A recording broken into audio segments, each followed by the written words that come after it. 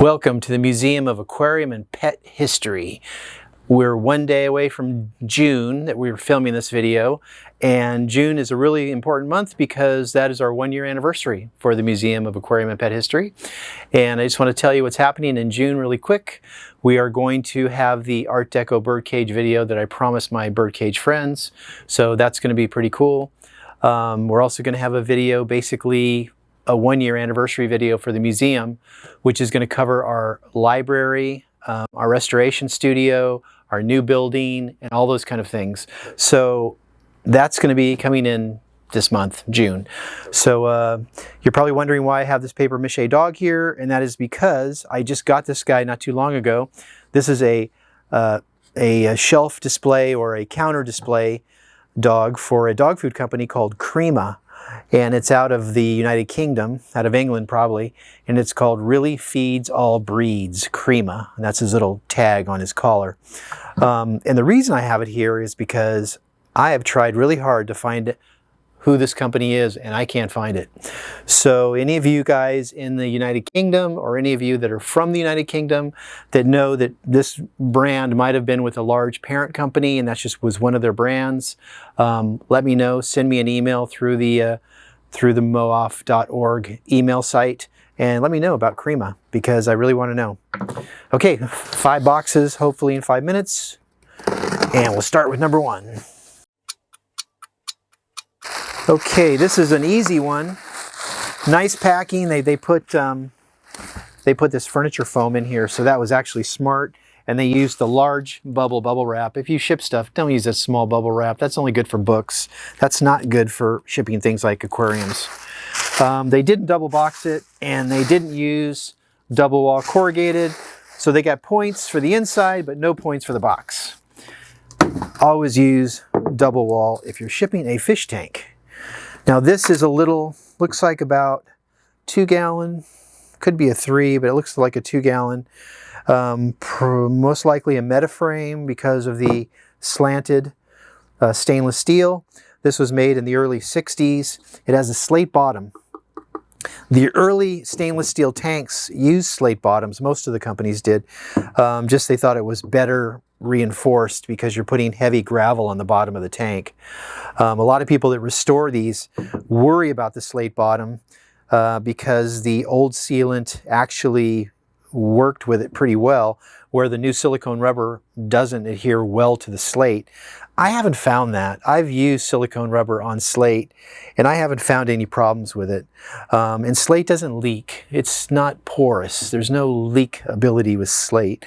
So you can do 2 things if you're actually fixing these tanks. You could either just silicone the bottom after it's really clean, or you could put a piece of glass on the bottom and silicone that glass to glass, because that's what silicone was made, is to go glass to glass. There are some materials out there that actually say that they can work on slate. I don't know whether they're safe for fish or not, so that's... Oh, I take that back. This is not a metaframe. It's stamped Sternco, which is Hartz Mountain. Okay, that's Howard Stern. So Sternco tank. Wow, I'm impressed.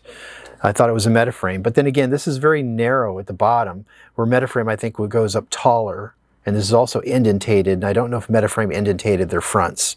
So anyways, that's a Sternco 2 gallon tank. All right, next.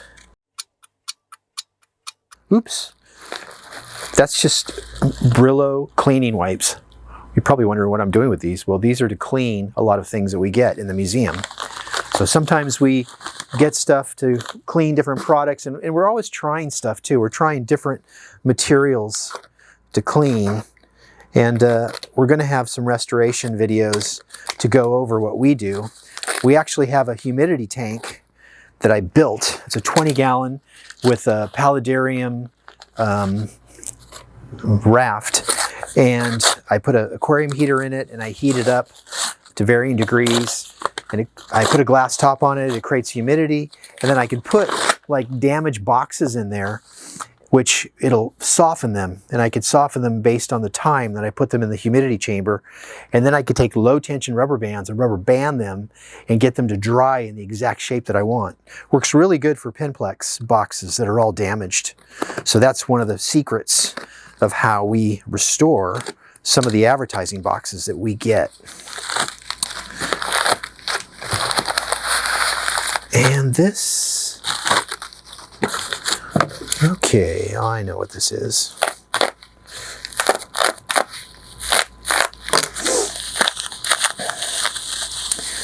This is a Hendryx bird cages, the largest and for 130 years probably the most successful birdcage company. This is a milk glass one. So it's glass that they add a material to it to make it turn this milk color, but it's called milk glass. This, I'm not sure what cage company invented this, but this was invented later. They used to adhere all the birdcage feeders with wire, but this little thing here actually goes between the bars so it sticks. And remember, a bird would always have two of these, one for water and one for seed. But that's very, very cool. You know, we probably have 300 bird cages in the museum collection, and we have twice that many bird cage feeders or more. In fact, we just bought 2 rare collections of bird cage feeders. So we have some that date back to the 1800s that are really interesting. And again, we'll probably have we'll go over some bird feeders at a later date. But that's a Hendryx bird cage feeder. All right. Oh, this is cool. This is the New England Kennel Club, organized March 1884, the second annual bench show for dogs. So this was in 1886. And it's got dog cakes. So basically other companies besides Spratz had made dog cakes in here.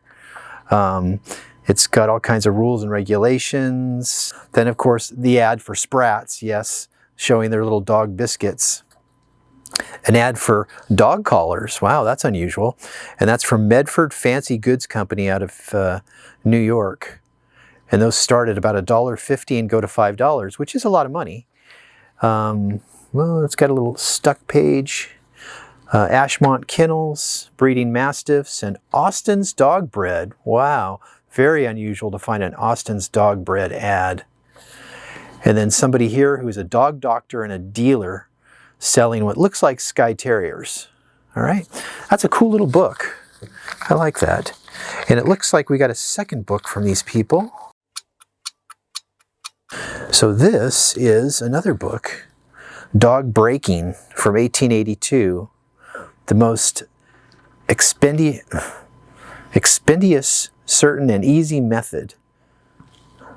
So it's probably dog training, and it looks like it's dog training for basically hunting dogs.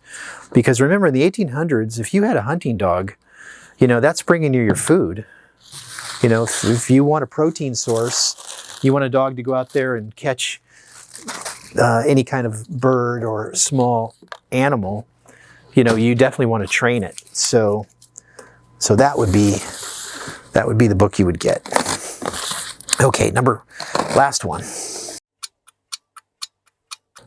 If some of you saw the video that I did on mouse cages, here's another mouse cage that we found,